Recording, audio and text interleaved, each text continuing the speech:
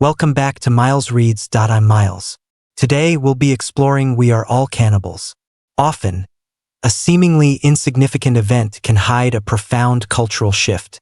When faced with the world's vast and varied cultures, what perspective should we adopt? This is the insight the book aims to offer. While its title, We Are All Cannibals, sounds intriguing, this is a bona fide classic of anthropology. The author is the 20th century French anthropologist Claude Lévi-Strauss, a towering figure who also made significant contributions to philosophy, linguistics, and sociology. Far from a detached academic, his life's work took him across 5 continents to conduct in-depth research on diverse global cultures, blending profound knowledge with rich first-hand experience. Lévi-Strauss's primary contribution to anthropology was pioneering the school of structuralism. He applied research methods from structural linguistics to anthropology, becoming a master of his generation. So, what exactly is anthropology? And what's the use in understanding it? First, anthropology isn't a single discipline but a massive cluster of fields, spanning from biology, physiology, and neuroscience to archaeology, linguistics, sociology, gender studies, culture, and art. Its central aim is to understand how humans act, how they perceive their own actions, and how the results of those actions, in turn, influence human thought and group interaction. Simply put, it's about understanding humanity from every possible angle. On a grand scale, this field of study can uncover the roots and patterns of human behavior, providing guidance for governmental and social organizations, analyzing the causes and effects of social change, and examining the value judgments behind social issues. More personally, it sharpens our intellect, broadens our minds, and encourages us to make connections, expand our horizons, and seek the truths hidden beneath convention. This is precisely what we can gain from We Are All Cannibals. The book is a collection of columns Lévi-Strauss wrote for the Italian newspaper La Repubblica between 1989 and 2000. Each article begins with a seemingly casual current event and then uses the unique thinking and logic of an anthropologist to elaborate on important contemporary issues. The writing is free of dense academic jargon, making it accessible and easy for readers with no background in anthropology to understand. Lévi-Strauss reminds us that the chasm we have long imagined between so-called complex societies and primitive, backward societies does not exist. As the old Western proverb says, the distant illuminates the near, and the near can also illuminate the distant. Although these essays were written at the end of the last century, they remain deeply insightful today, often getting to the heart of contemporary social problems. As a result, the book has been translated into over 30 languages and continues to be read widely around the world. Here, we will explore 5 essays from the book to experience the unique world that an anthropologist reveals to us. These 5 essays are 1. Strange Japan. 2. Santa Claus Executed. 3. Mythical and Scientific Thought. 4. We Are All Cannibals. 5. Women and the Origin of Society. Let's dive into each one. First, the story of Strange Japan. Many countries in the world have habits that are different, sometimes even completely opposite from our own. About 2,500 years ago, when the ancient Greek father of history, Herodotus, traveled through Egypt, he was astonished to find that not only did women engage in commerce while men stayed home to weave, but they also wove from the bottom up, unlike in other countries where it was done from top to bottom. Furthermore, Egyptian women of that time stood to urinate, while men squatted. In the late 19th century, the British scholar Basil Hall Chamberlain, who had studied in Japan, also observed that many Japanese ways of doing things were the reverse of Europeans. Things that Europeans took for granted were not necessarily seen the same way by the Japanese. For example, the Japanese writing system runs from right to left. When writing an address, they start with the town, then the street name and number, and finally the recipient's name. In ancient Japan, people mounted a horse from the right side and backed the horse into its stable. And when Japanese potters throw clay on a wheel, they turn it clockwise. In Europe and China, it's counterclockwise. What created this uniqueness? These distinct life habits stem from a unique mode of thought. Western thought is centrifugal, while Japanese thought is centripetal. What does this mean? Western philosophers often contrast Eastern and Western thought because they have fundamentally different attitudes toward the concept of the subject. For instance, Western philosophy's core inquiry revolves around the I, as in the three ultimate philosophical questions we often hear: who am I? Where do I come from? Where am I going? But the East is different. Hinduism, Buddhism, and Taoism, each in their own way, deny the self-evident concept of I found in Western thought. They believe the so-called I is an illusion, merely a temporary collection of biological and psychological phenomena destined to dissipate. Japanese thought takes another path. It doesn't completely dissolve the I, but also doesn't treat it as the necessary starting point for all philosophical reflection, as the West does. Japanese thought tends to view the I as a result, placing it at the end of a path. Simply put, the West is outward-looking while Japan is inward-looking. This is the deep-seated reason behind many of Japan's secular customs. Understanding this, we can see why Japanese carpenters pull tools toward themselves when planing wood, and why potters turn the wheel clockwise, pulling it in toward their bodies. It's because they see self-awareness as a destination, not a starting point. Any system of thought is viable, but it requires sufficient force to drive its operation, a force that can come from within the system or from without. It's clear that Japan's strength comes from the outside. Although the Japanese system of thought puzzles Westerners and is vastly different from their way of seeing the relationship between the individual and the environment, it still functions very well. The flexibility Japan demonstrated in the face of various challenges in the 19th and 20th centuries further proves that a successful cultural system can be entirely self-contained, without needing to follow so-called universal rules. Now for the second story, which is even more interesting: Santa Claus executed. In 1951, a strange incident occurred in the eastern French city of Dijon. An effigy of Santa Claus was publicly hanged from the railings of the Dijon Cathedral and burned before a crowd. Although it was a model and not a real person, the scene was unmistakably a public execution, carried out in front of hundreds of churchgoers and children. What was the reason for this? As it turns out, the church accused Santa Claus of being a usurper and a heretic. They believed that Christmas, originally a sacred religious holiday, had been paganized by the figure of Santa Claus. While it might seem like a farce, the incident reflected the Dijon clergy's belief that Santa was gradually becoming synonymous with Christmas, obscuring the holiday's religious meaning. Therefore, the event essentially represented the rapid evolution of customs and beliefs. The incident caused a sensation at the time and made newspaper headlines. How should we view it? We have to start with the origins of Santa Claus.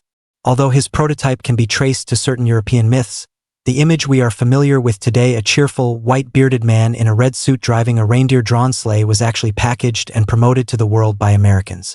After World War II, France adopted American-style Christmas culture, which included not only the image of Santa Claus but also traditions like hanging colorful lights, exchanging gifts, and hanging stockings by the fireplace.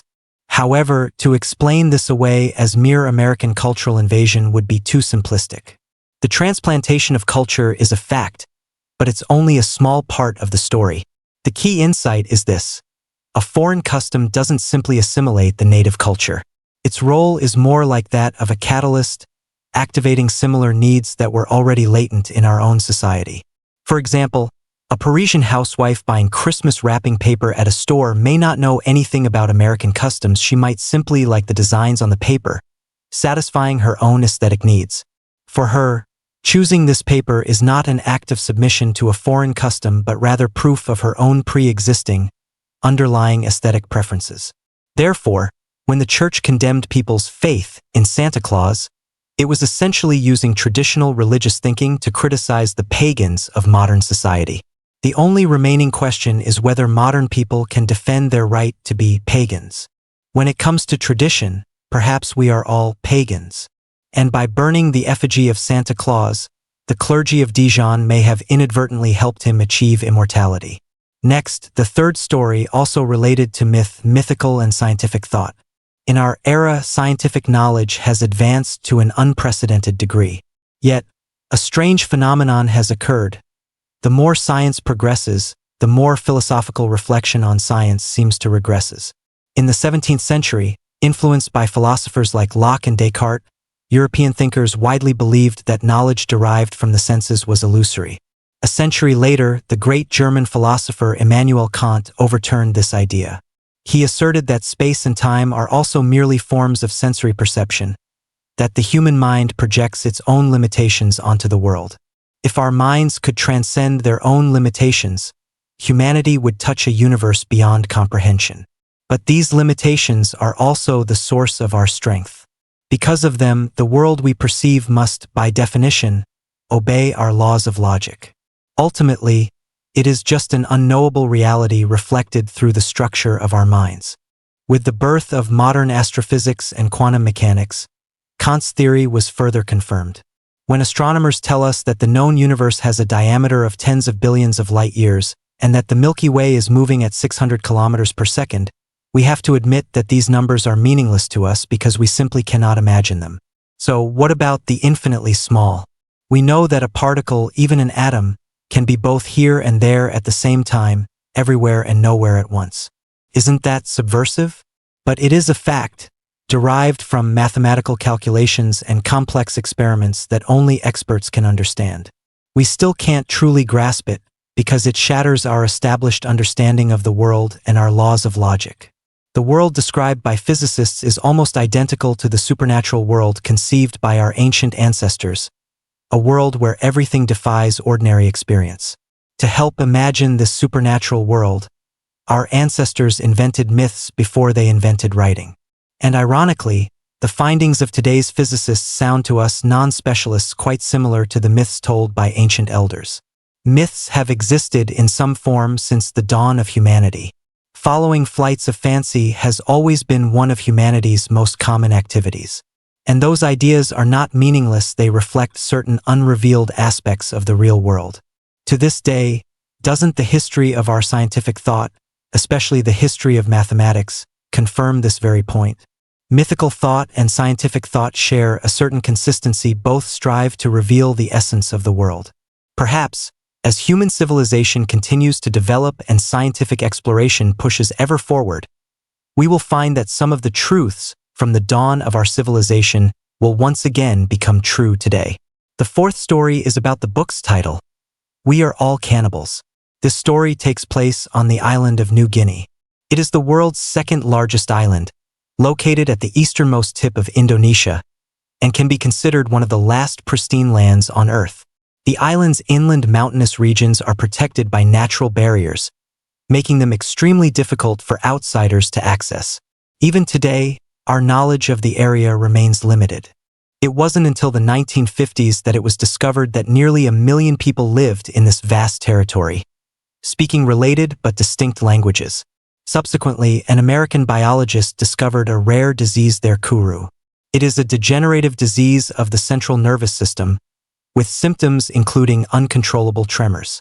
On average, 1 in 5 members of the local tribes died from it. Because the trembling resembled shivering or laughter, it was colloquially known as the laughing sickness. What caused this disease? The biologist found that the afflicted population practiced cannibalism. In the tribes, there was an ancient tradition. After a relative died, the family members would consume the body as an expression of remembrance and respect. The pathogen for kuru was present in the corpses, especially in the brain matter. Through this practice of cannibalism, the disease spread rapidly through the villages. Later, as the truth came to light and the indigenous people had more contact with modern civilization, they gradually abandoned the custom of cannibalism, and kuru slowly disappeared. From the perspective of modern civilization, cannibalism is a horrifying act, representing extreme savagery, and is intolerable in modern society. When people hear the word cannibalism, their first reaction is a shiver of horror, followed by a wave of nausea. But is the matter really that simple? In ancient medical texts, many remedies were derived from human substances, which was considered scientific at the time. Although these remedies seem like mere superstition to us now, is it possible that many of our current treatments will be proven useless or even harmful in the years to come? Cannibalism was once widespread throughout the world, occurring for a variety of reasons. The act itself has no absolute moral quality. Our aversion to it exists only within the social perspective of a society that forbids cannibalism. Let's look at it from another angle, for instance, from a Buddhist perspective. Buddhism advocates for the equality of all living beings, believing that all life is essentially the same. Therefore, for a Buddhist, eating any kind of meat is no different from eating a human. Conversely, for the Melanesian people of the South Pacific, human flesh has always been a food source. In their culture, where cannibalism was a tradition, human flesh was even considered the most delicious and highly esteemed type of meat. So, even with an example as extreme as cannibalism, different perspectives and modes of thought can lead to completely different conclusions.